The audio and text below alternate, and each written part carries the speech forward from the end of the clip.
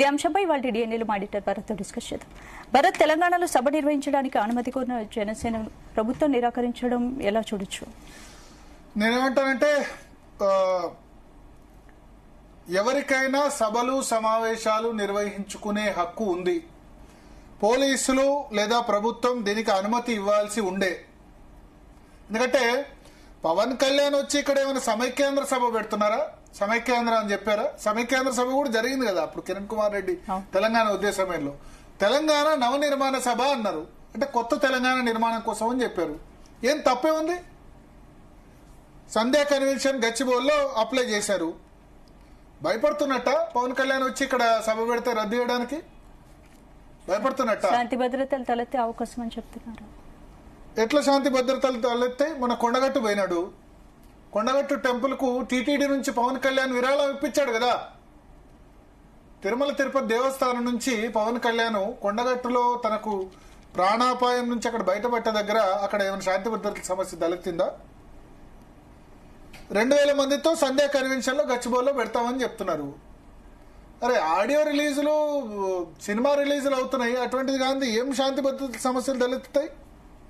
నేను ఒకటే చెప్తున్నా, ఒకటి ఇక్కడ సరే ఇది పోలీస్ డిపార్ట్మెంట్ కంటే బియాండ్ ఏంటంటే ప్రభుత్వం నుంచో ఇంకా వేరే వాళ్ళ నుంచో పెద్దల నుంచో ఆదేశాలు రావచ్చు.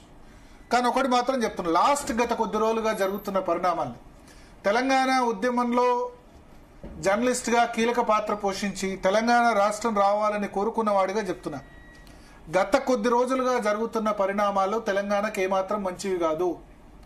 12 సంవత్సరాలు అయింది తెలంగాణ వచ్చి, అవునా? ఇప్పుడు ఇంకా తెలంగాణ, ఆంధ్ర లేకపోతే మార్వాడి గో బ్యాక్ ఇవి చేసుకుంటే తెలంగాణకు లాభమా నష్టమా ఆలోచించాలి మనం. Marwadi go back, north Indian go back, Andhra go back ఇవి మాట్లాడితే తెలంగాణకు లాభమా? కేసీఆర్ ఏం చెప్పారు? కాలికి ముళ్ళు గుచ్చితే పంటితో తీస్తాం, పెట్టుబడిదారులతోనే మాకు సమస్య, పొట్టకోటి కోసం వచ్చిన వాళ్ళతో సమస్య కాదన్నారు. దాన్ని బిలీవ్ చేసి బీఆర్ఎస్ పార్టీకి అద్భుతంగా పట్టం కట్టారు. 2016 జిహెచ్ఎంసీ కానీ, 2018 అసెంబ్లీ కానీ, 2019 పార్లమెంట్ కానీ, 2023 అసెంబ్లీలో మొత్తం కాంగ్రెస్ పార్టీ 2023 అసెంబ్లీలో రూరల్లో క్లీన్ స్వీప్ చేస్తే జిహెచ్ఎంసీలో బీఆర్ఎస్ క్లీన్ స్వీప్ చేసింది. అంతే కదా? So Andhra Pradesh in fact Kukatpally, Serilingampally, settler belt అంతా కూడా మొన్న జిహెచ్ఎంసీ ఎలక్షన్స్ లో కూడా బీజేపీకి ఎల్బీ నగర్ ఈ ఏరియాలో ఎక్కువ సీట్లు వస్తే సెటిలర్ బెల్ట్ లో బీఆర్ఎస్ కి వచ్చాయి. ఇప్పుడు ఈ నినాదం కొద్దిమంది బీఆర్ఎస్ నేతలు విగ్రహాలు లేకపోతే సభావిష్కరణ అని చెప్తున్నారు. నేను ఒకటి ఆలోచించాలి, బీఆర్ఎస్ పార్టీకి ఇది లాభమా? బీఆర్ఎస్ వాళ్ళు గనక పవన్ కళ్యాణ్ మీద వ్యతిరేక కామెంట్స్ చేస్తూ ఉంటే బీఆర్ఎస్ పార్టీ పరంగా ఇది లాభమా? మీకు లాభం అవుతుందో ఆలోచించండి. కేసీఆర్, కేటీఆర్ ఇది ఆలోచించాలి. సెటిలర్స్ మీతో ఉన్నారు, మీ హయాంలో డెవలప్మెంట్ జరిగింది, హైదరాబాద్ సిటీ అని చెప్పి వాళ్ళు ఓటేశారు. మీరు ఇప్పుడు పవన్ కళ్యాణ్ ఇక్కడికి వస్తే పవన్ కళ్యాణ్ వ్యతిరేక అంటే కొద్దిమంది బీఆర్ఎస్ లో లేకపోతే కొద్దిమంది మాట్లాడొచ్చు, కంప్లీట్ గా బీఆర్ఎస్ ఉందని చెప్పలేము.